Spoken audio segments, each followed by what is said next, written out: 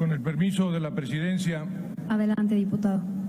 Qué bueno que el secretario me saludó, no tuve oportunidad en la comisión de cortesía hacerlo. Sé que mis posiciones son incómodas, pero así como yo entiendo la responsabilidad que tiene el secretario, estoy también confiado en que el secretario entienda la responsabilidad que tenemos como oposición.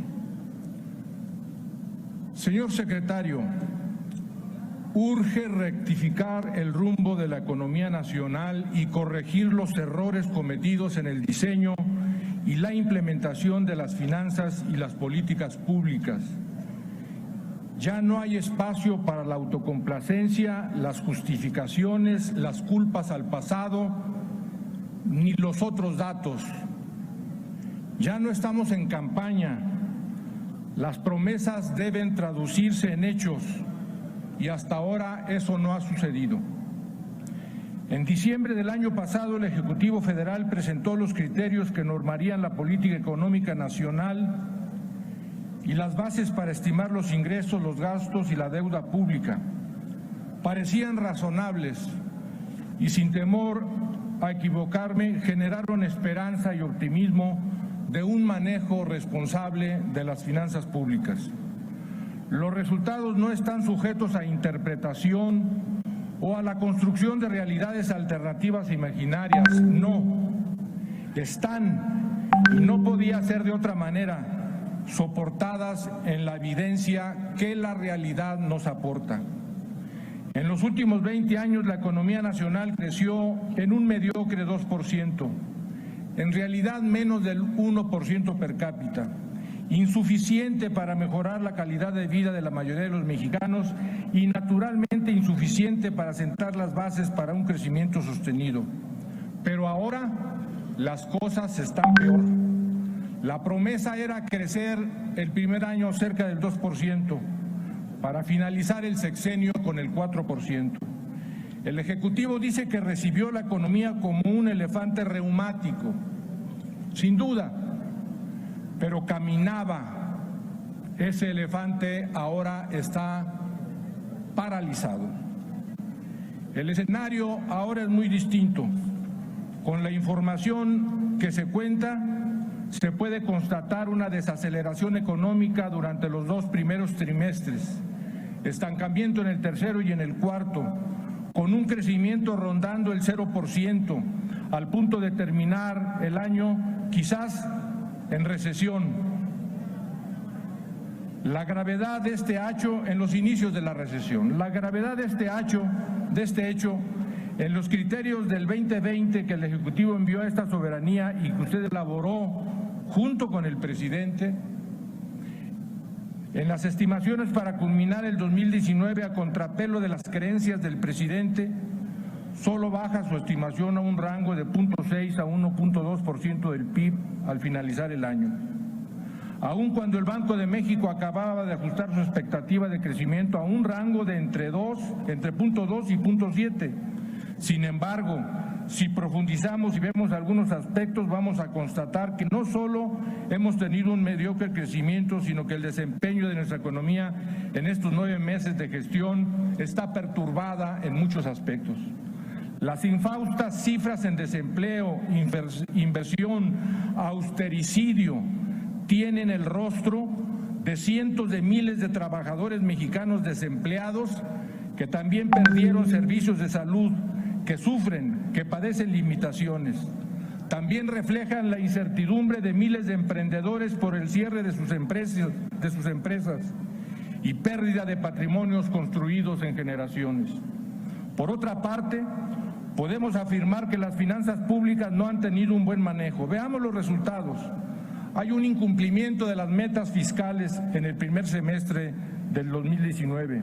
En ingresos, gastos, superávit primario y un grave incumplimiento en las funciones sustantivas de la ley que mandata a las dependencias a través de los distintos programas y del presupuesto autorizado por esta soberanía. Y en verdad, señor secretario, no hay muchas señales de que este panorama, por desgracia, sea distinto al finalizar este año y al comenzar el otro. Muchos mexicanos se preguntan, ¿qué pasó? ¿Qué ocasionó estos resultados? Pero no hay ningún misterio. Las voces de alerta han venido de muchos lados, pero la soberbia, la impericia y los fundamentalismos ideológicos han impedido que esos llamados sean escuchados y encuentren un cauce provechoso. En esta ocasión, las causas de la desaceleración económica no son producto de choques externos, de impactos internacionales fundamentalmente. Los ha habido. Sin embargo, el escenario mundial nos presenta retos muy amenazantes para nuestra estabilidad económica. Sin desconocer los problemas estructurales, los impactos de la economía global que han impedido superar el mediocre crecimiento, la desaceleración y estancamiento que ahora se presenta, así como la preocupante nueva fragilidad de las finanzas públicas, todas las evidencias confirman que la desaceleración de la economía se debe principalmente a errores cometidos por la actual administración. Errores que están disminuyendo no solo el crecimiento presente, sino también el del futuro. Estos errores, de nueva cuenta, como a diario se enumeran: la cancelación del aeropuerto de Texcoco, el nombramiento de funcionarios sin la debida preparación técnica, la desaparición sin una justificación sólida de instituciones y programas bien evaluados, el desconocimiento de los contratos de los gasoductos e inicio de arbitrajes, el desabasto de gasolina por suspensión de importaciones y cierre de ductos sin la debida planeación, la cancelación de las rondas petroleras, el retraso e improvisación en la presentación del plan de negocios de Pemex, que resultó en una degradación de la deuda de Pemex y de la deuda soberana.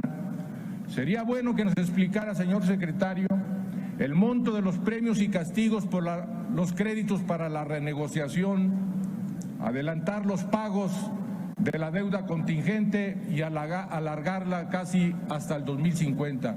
Algunos dicen que se patea el bote para las siguientes administraciones, pero otros dicen que el premio o castigo, las tasas de interés de esos créditos son tan altas que eso les ha impedido a ustedes publicarlas y que muchos las consideran producto de que se piensa que son bonos chatarra.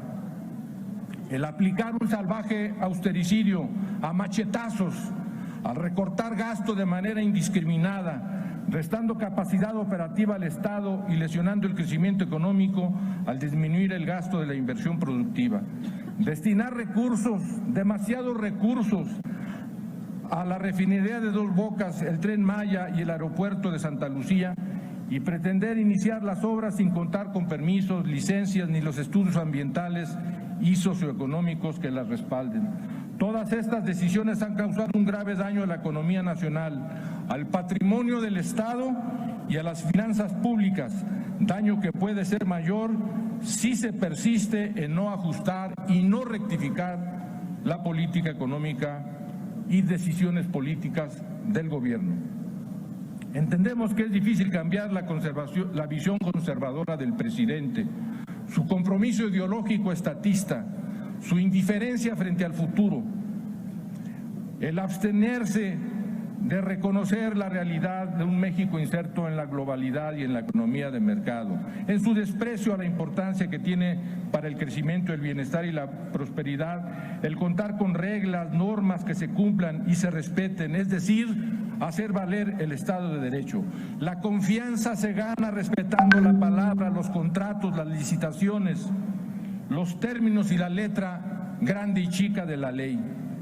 Recuperar la confianza en el gobierno, en su gobernación, exige como condición reconocer los errores y tomar vías distintas. Urge adoptar, señor secretario, con esto termino, un plan ambicioso de infraestructura para impulsar el crecimiento, garantizar la seguridad y avanzar a la educación. Aumentar impuestos o generar terrorismo fiscal en una etapa de depresión económica no es un buen consejo, señor secretario. Hay que buscar otras maneras. Abandonar la polarización. Señor secretario, se me acaba mi tiempo. Solo le rogaría, si tiene oportunidad, transmita al presidente los puntos de vista de esta soberanía, de este poder supremo. No hay nadie por encima de nosotros. Somos la representación popular. Escucharé también con atención sus comentarios. Gracias, señor secretario. Gracias, diputado.